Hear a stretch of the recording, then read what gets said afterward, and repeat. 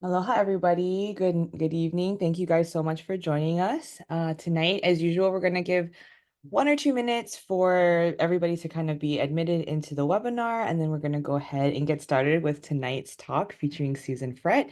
We're very excited to be hosting her tonight. So everybody just hang on for a couple minutes, and we will be starting shortly.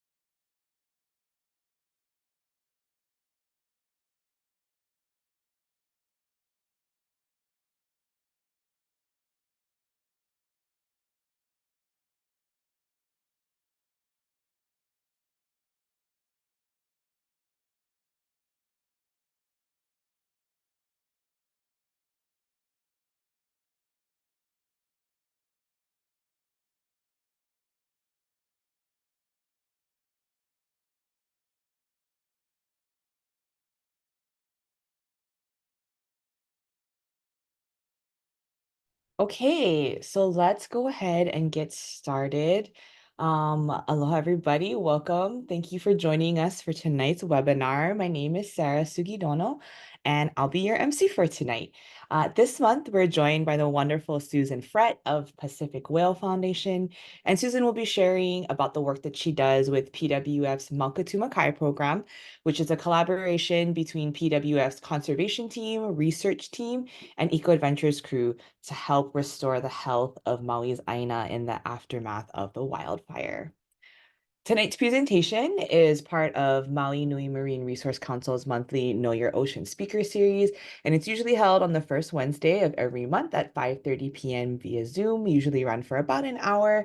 And this monthly series is supported by the County of Maui, so mahalo to them for helping to make tonight's talk possible.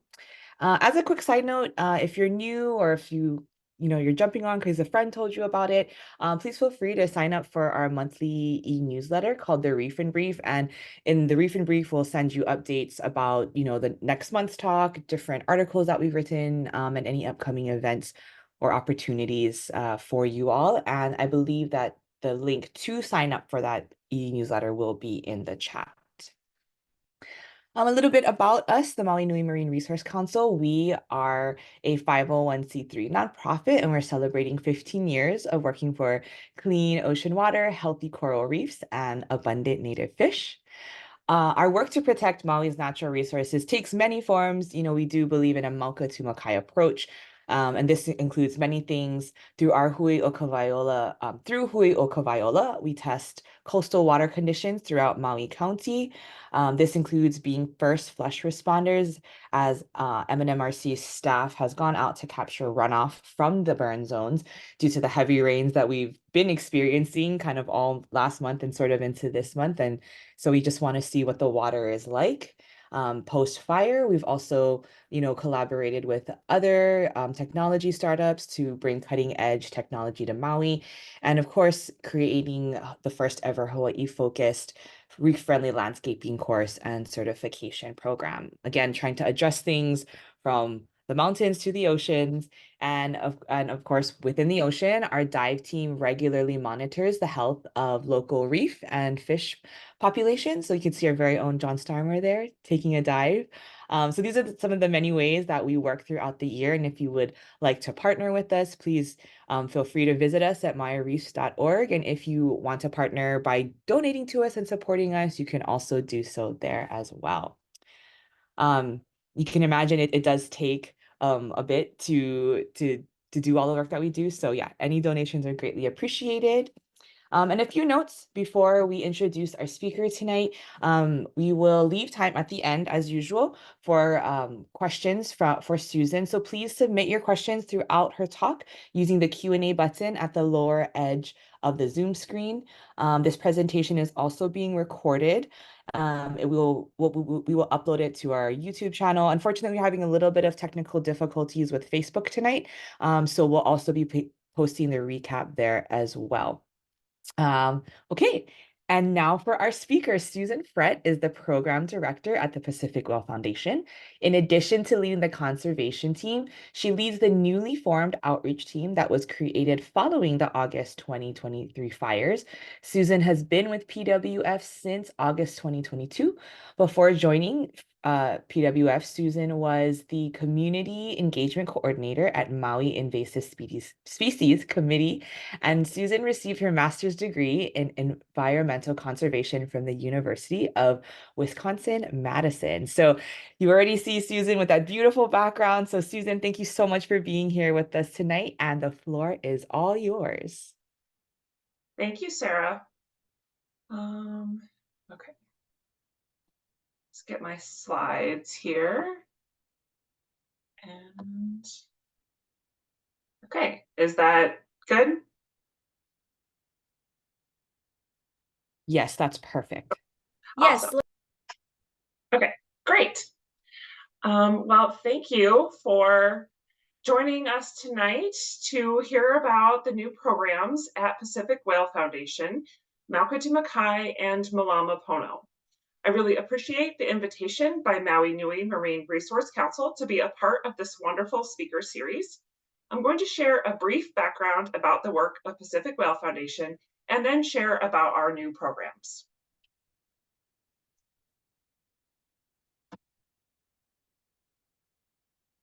Hopefully my slides will advance. Oh, there we go. Okay. First, I'd like to give a shout out to the great programs team I work with at PWF. These people are awesome to work with and care so much about the mission of the organization and helping our community. Jess Hunsucker is our conservation and outreach assistant. Lauren Spencer is our lead education specialist. Nicole Belknap is an education specialist, along with Lei Kaloma Naho'o Ikaika, education specialist. JJ Fryer is the conservation and outreach analyst. Ken's Perillo is our conservation biologist, and Brianna Simon is our outreach supervisor and conservation biologist. Our mission at PWF is to protect the ocean through science and advocacy and inspire environmental stewardship. Our efforts largely focus on whales and dolphins and marine conservation. The organization was founded in 1980 as a research-based organization dedicated to saving whales from extinction. We also have a long-running education department with a hugely successful keiki programs, such as Keiki Whale Watch, which is currently running, and last whale season, it took out more than 3,000 students from Maui Nui on whale watches and provided classroom programs to the keiki as well. So the conservation team was established a few years ago, and as Sarah mentioned, I joined PWF in August of 2022 as the conservation manager. My role was to come up with programs and policies to address the 5 threats to whales and dolphins that have been identified by years of research by our research department and other researchers. These threats are vessel collisions with marine animals, bycatch, climate change, marine plastic pollution, and unsustainable tourism. We've addressed these threats through volunteer programs and through advocacy campaigns. One of these campaigns is our Adopt a Beach program. PWF has long been involved in marine debris efforts, and Adopt a Beach is our volunteer program for people who live here. We ask people to commit to cleaning a beach of their choice at least once a month for at least a year. After they clean up their beach and tally their results, they take a photo of both sides of the data sheet and email it to us, and we add the information to our coastal marine debris database, which has been collecting this data since 2015. Similarly, we have another beach cleanup program specifically for visitors or maybe residents with less availability.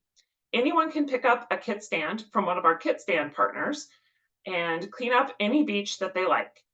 Our kit stand partners are shown here and include Maui Brew Co. in Kihei, Mahalo Ale Works, Whole Foods, our PacWhale Eco Adventures Ocean Store at Ma'alaya Harbor Shops, and recently we placed a kit stand at the Lanai Library. So people can pick up the kit stand, clean any beach they want to, and then send us that picture of the data sheet and it goes in the database.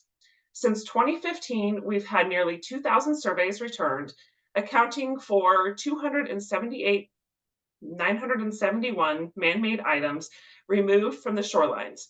And of the items collected over this whole time frame, 76% were classified as some type of plastic.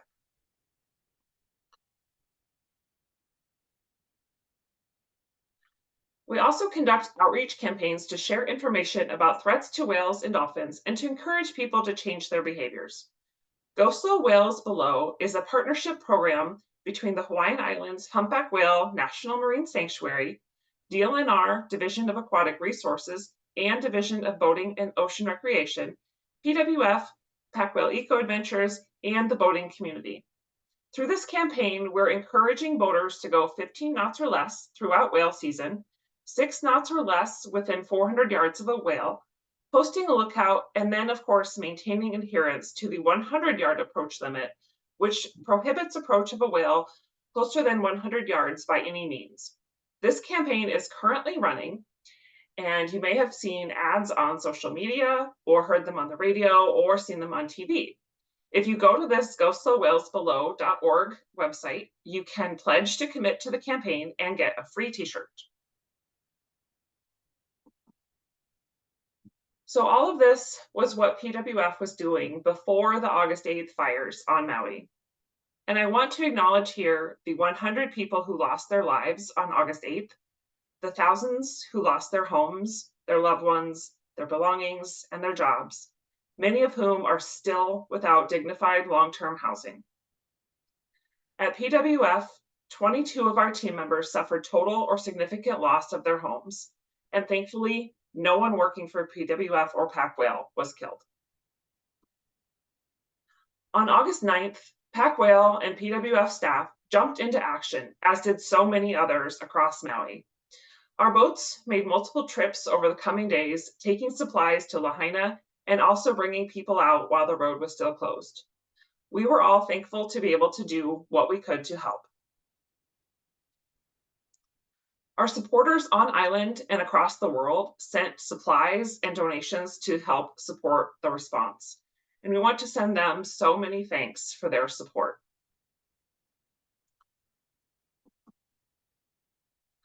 From August 9th through October, our Discovery classroom at our office transitioned to an Ohana center, and it was filled up to the ceiling multiple times and emptied as supplies came in and were distributed out. We closed the Ohana Center in October so it could transition back to educating keiki and begin delivering newly purchased requested goods to fire survivors at the community hubs. To date, we have donated 26,589 items that range from diapers to food to refrigerators. So throughout this time, we've tried to stay true to our mission, and this led us to helping deliver water to people living in Lahaina and Kula without access to safe drinking water due to the fires. To date, we have helped 40 individuals at 9 properties in Kula and Lahaina, and we've delivered 819 gallons of water by using reusable 5-gallon water jugs, which keeps about 6,203 plastic water bottles out of the landfill or from becoming marine debris. As a social enterprise, Pacific Whale Foundation owns and is supported by the profits of PacWhale Eco Adventures. With the Lahas of Lahaina Harbor, the Ocean Store on Front Street, and our boat Ocean Legacy, we lost 53% of the income at PacWhale Eco Adventures. The following downturn in tourism is further decreasing the income of PacWhale. Throughout the weeks following the fires, we were very fortunate to be supported by donations that came in from our supporters around the world. Our development team had immediately set up a fund to support our employees who had suffered significant loss, and they pledged 5% of that fund to help the community. Following that, they then created a community-specific fund, which is what has allowed us to work with the hubs and get them supplies that they need. And finally, we created a conservation fund that allowed us to start working to respond to the environmental disaster caused by the fires.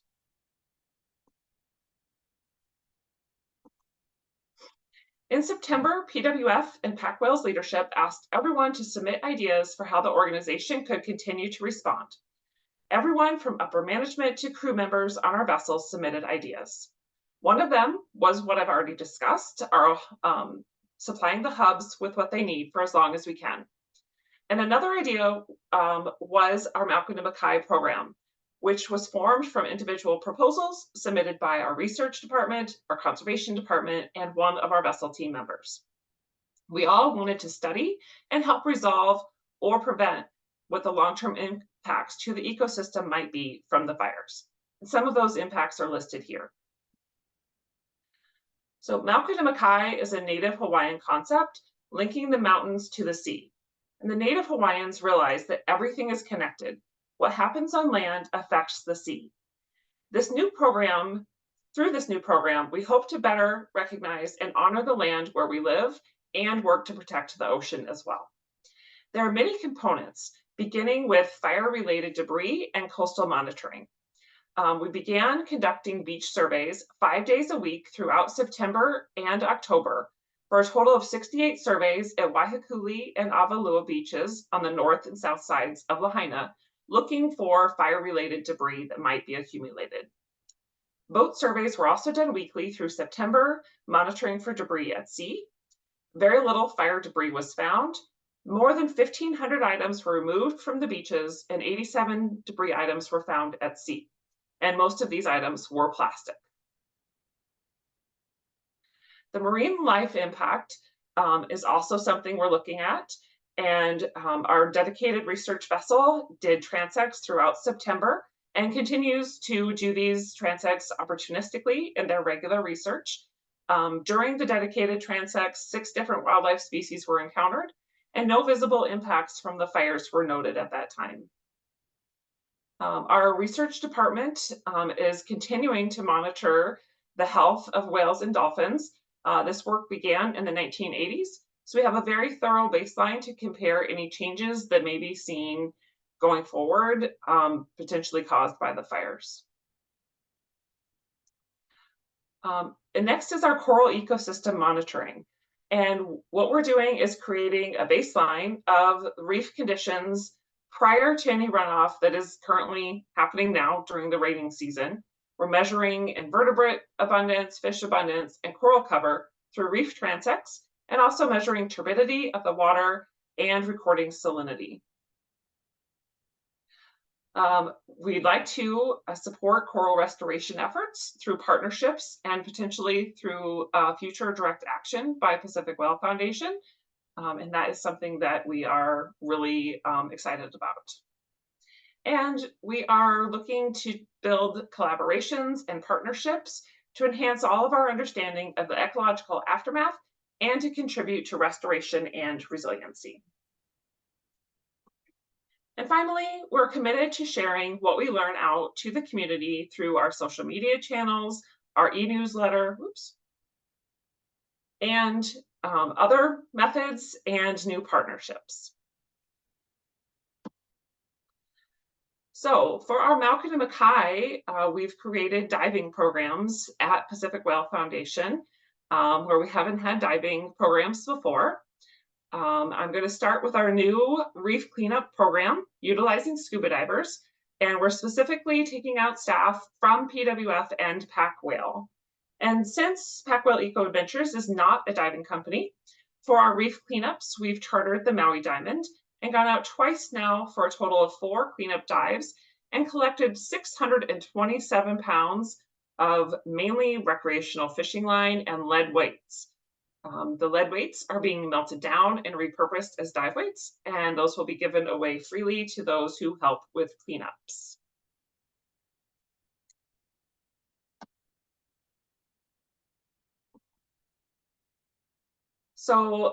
Getting into the reef monitoring program, last spring I took a week-long ecological monitoring course on Oahu through Ocean Alliance Project. And I took this course just because I was interested and I love scuba diving and wanted to learn how to give back during scuba diving. And through this course, I learned how to do underwater transect surveys for fish and invertebrate indicator species and how to take photos to use a program called CoralNet to estimate coral cover. In December, I returned to Oahu and again worked with Dylan at Ocean Alliance Project to take an advanced ecological monitoring course where I learned how to survey for coral disease and how to do underwater coral photogrammetry. Ocean Alliance Project is a training center for conservation diver, which is a foundation that trains conservation divers through training centers in a variety of places around the world, including Oahu.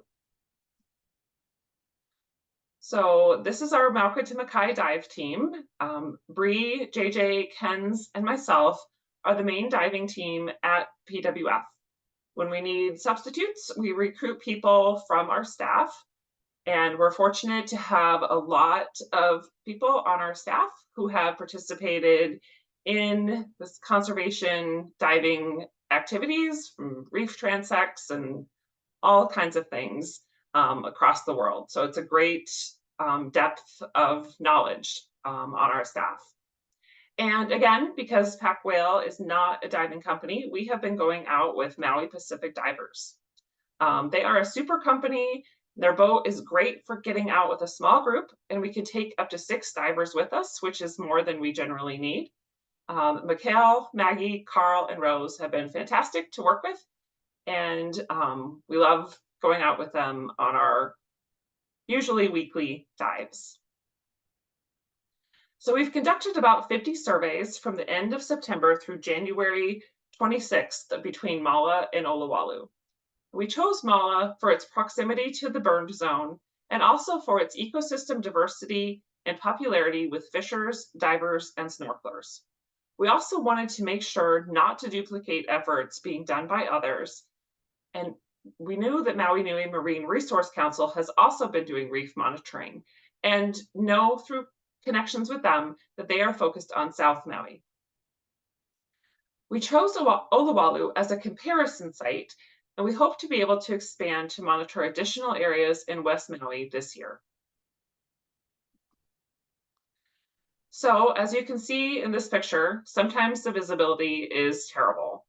And for the most part, we believe that that's due to regular oceanographic kind of activity with big swells that come in. There's often swell and currents. And we've had to cancel dives at Mala and Oluwalu each once on separate days after arriving because the conditions were even worse than this. We've also missed a couple of weeks in January recently that were not diveable since the weather has not been very conducive for diving near the shoreline recently.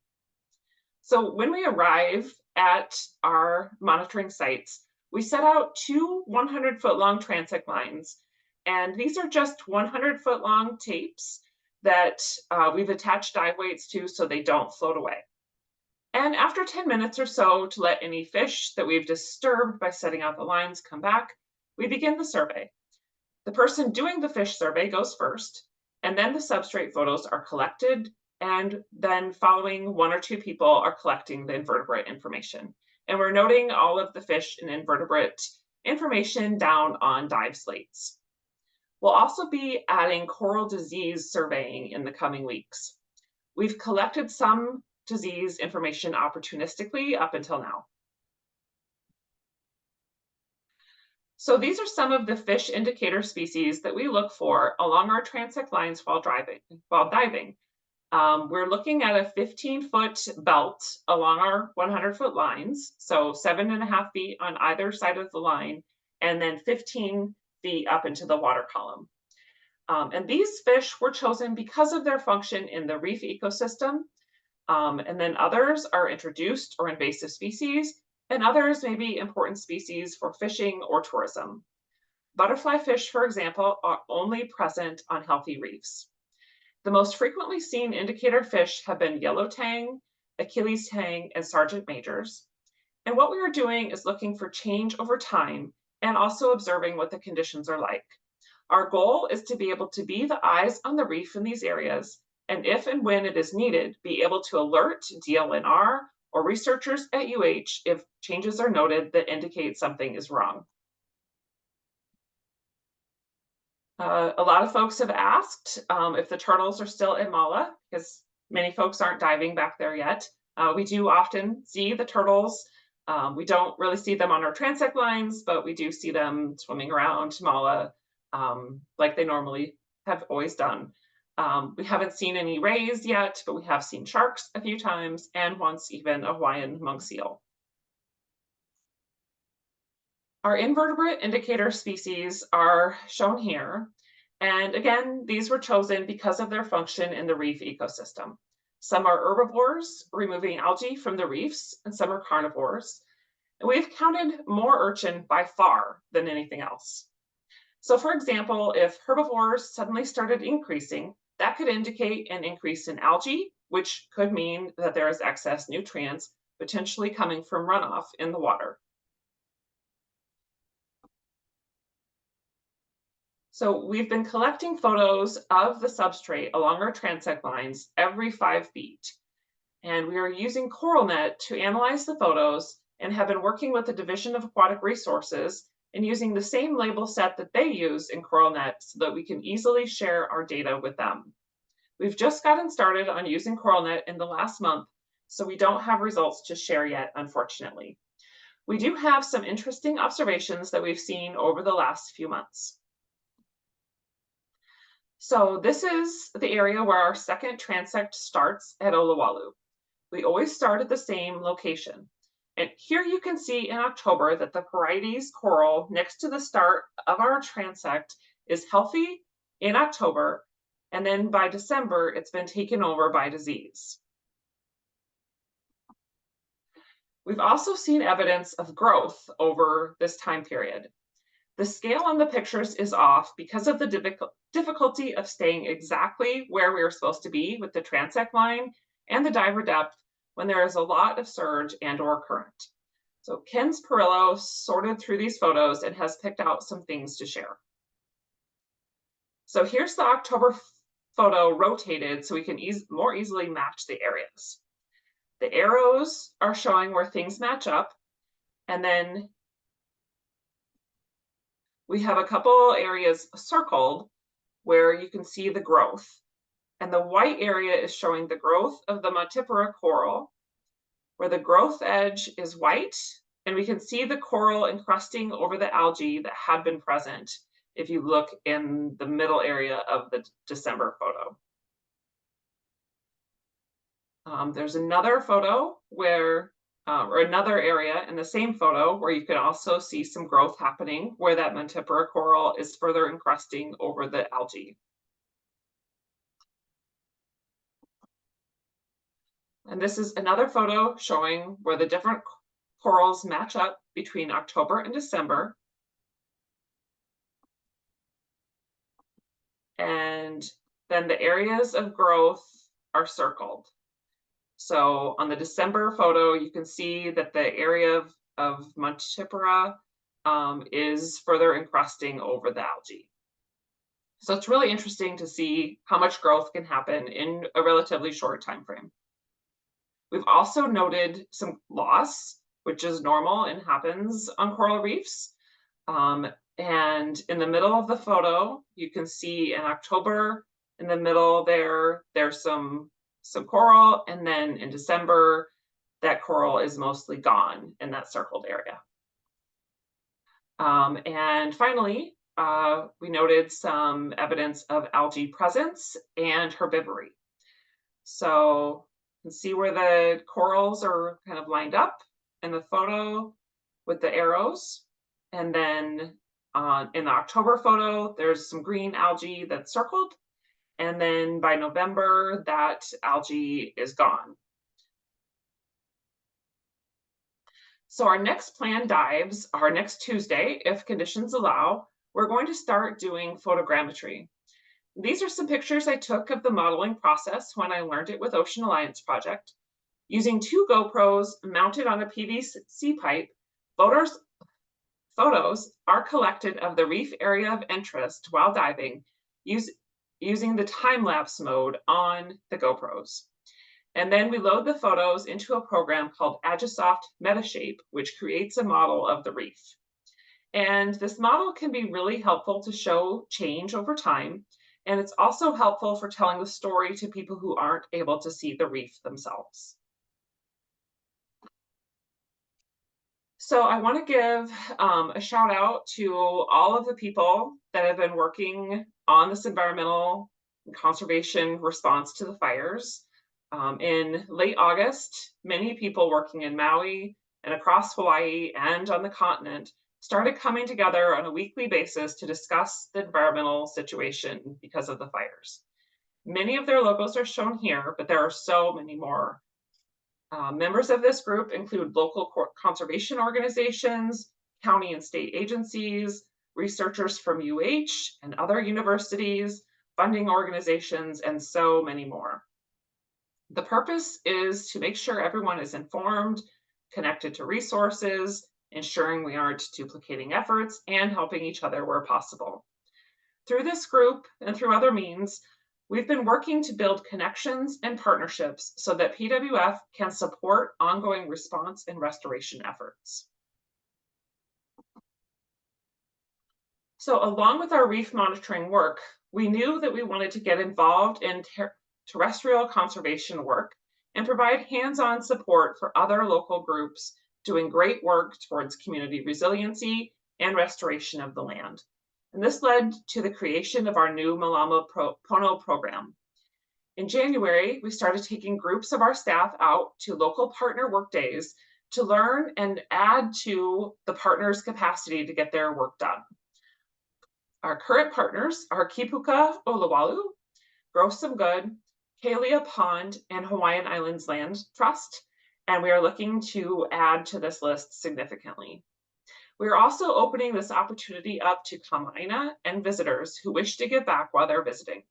Since we have a very strong connection to the tourism industry through our eco-tour trips, we wanted to provide a connection for those visitors so that they could give back to all these great organizations.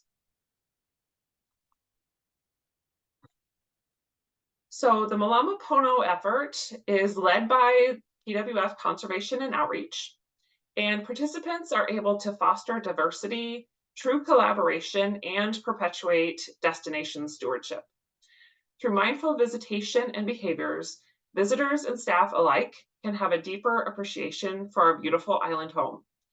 Malama means to protect and take care. Pono means to make choices that stand in righteousness and have a moral component. Through Malama Pono, PWF and PacWhale are exhibiting that our company morals mean that we do what is right to take care of and protect our island home. So the goals of Malama Pono are to aid our community partners with boots on the ground efforts, to provide opportunities for our supporters to act as destination stewards, and to provide our staff learning and opportunities to build connection to the āina.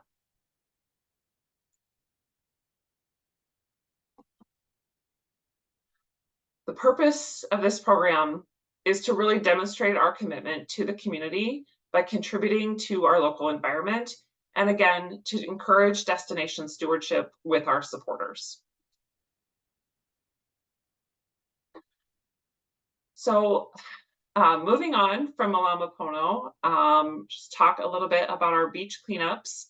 After the fires on August 8th, we began getting messages that burn debris was starting to accumulate on the northeastern shoreline of Lanai. So we hooeyed together and decided that our education and conservation teams and our outreach team should go over to Lanai and see if we can do something about it. So we were able to go to Lanai in late September, and one of our education specialists, Lauren, provided a great morning of education to 124 third through fifth graders at Lanai Elementary School. And then on Saturday of that week, we did our first beach cleanup ever from Pacific Whale Foundation on Lanai. We removed 580 pounds of debris, a lot of which did show burned signs of being burned on it. And those 580 pounds were about 2,980 items, which ended up filling 3 pickup trucks. We then transported this material back to Maui on board our boat, Ocean Explorer, for recycling and disposal. We are hoping to lead another large-scale beach cleanup in 2024 alongside partners and local community members.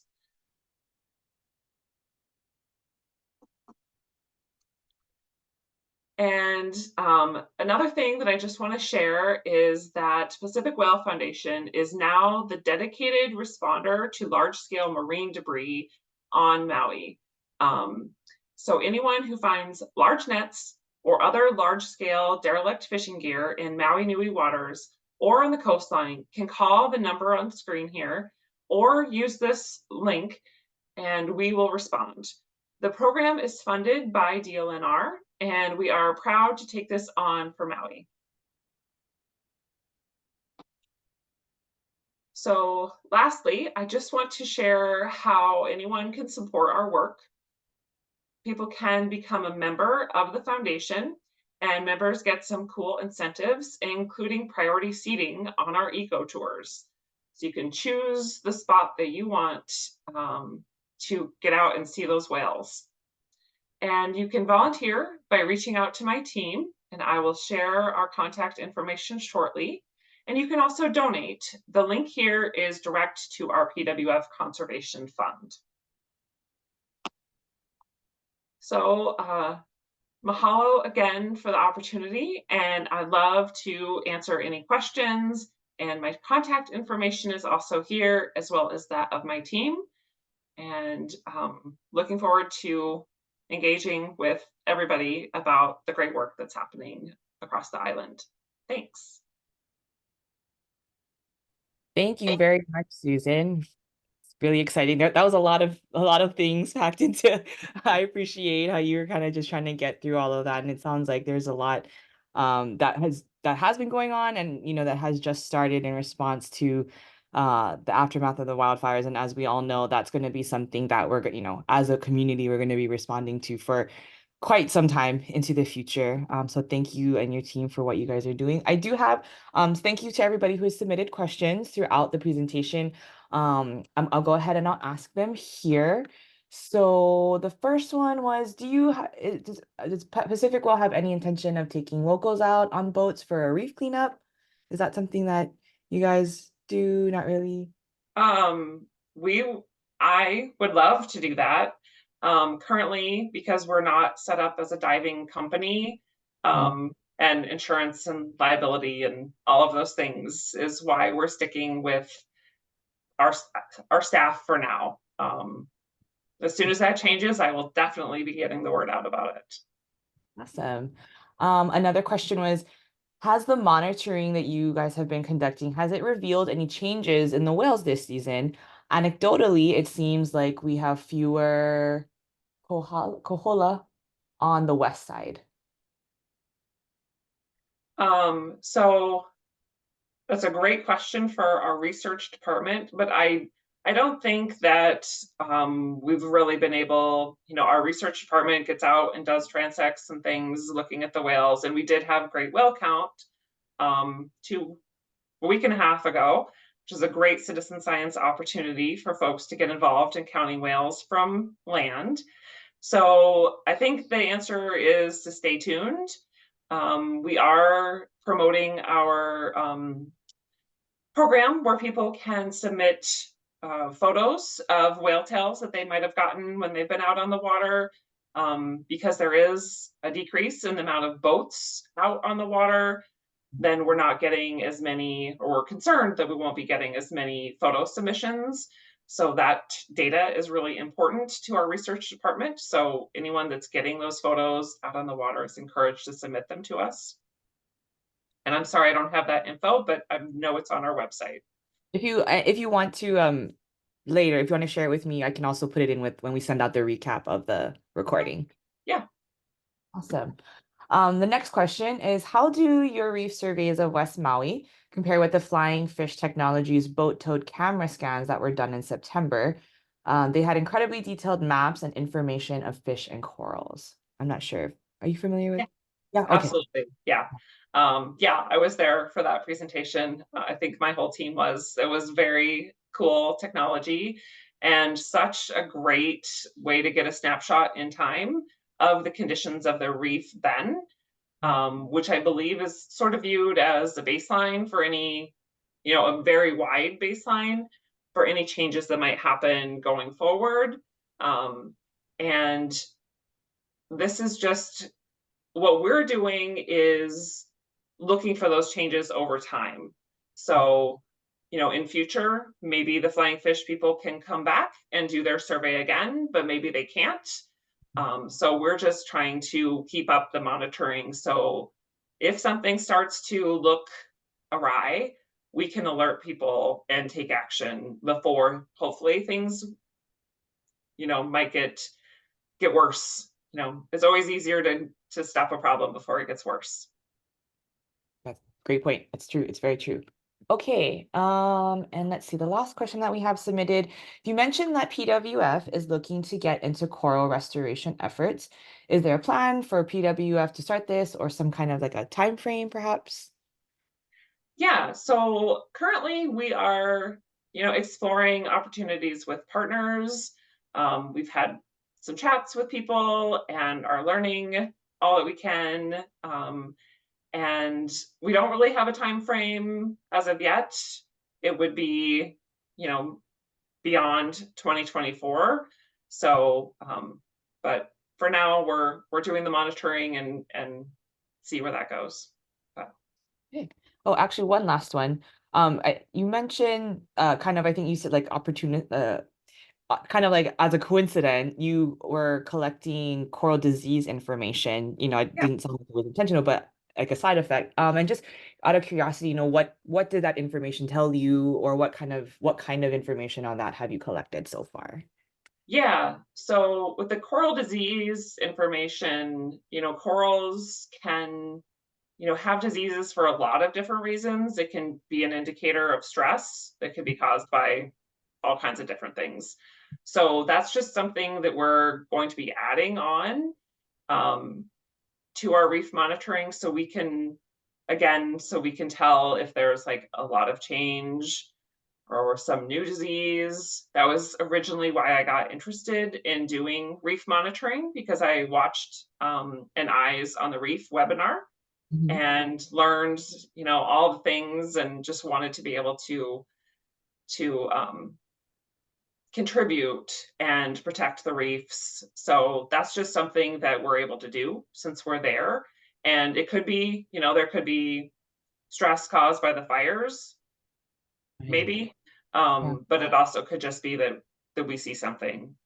So yeah, We just got like a slew of questions in like the minute that I said, "Oh, here's our last one." We yeah. got a few more. I think we can. I think we can squeeze them all in.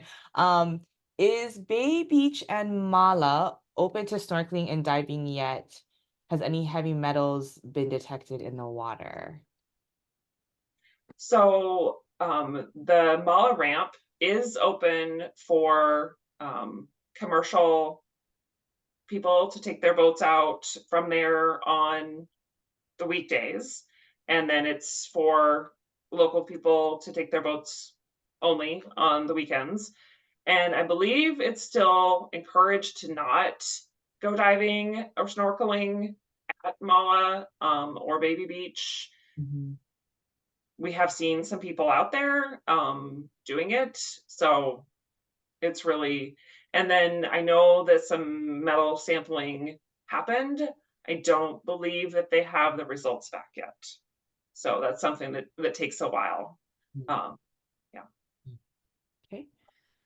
Since fire debris are being dumped at Oluwalu, does it make sense to study a third site for comparison? And I don't know if that's in that must be in reference to the temporary that Yes.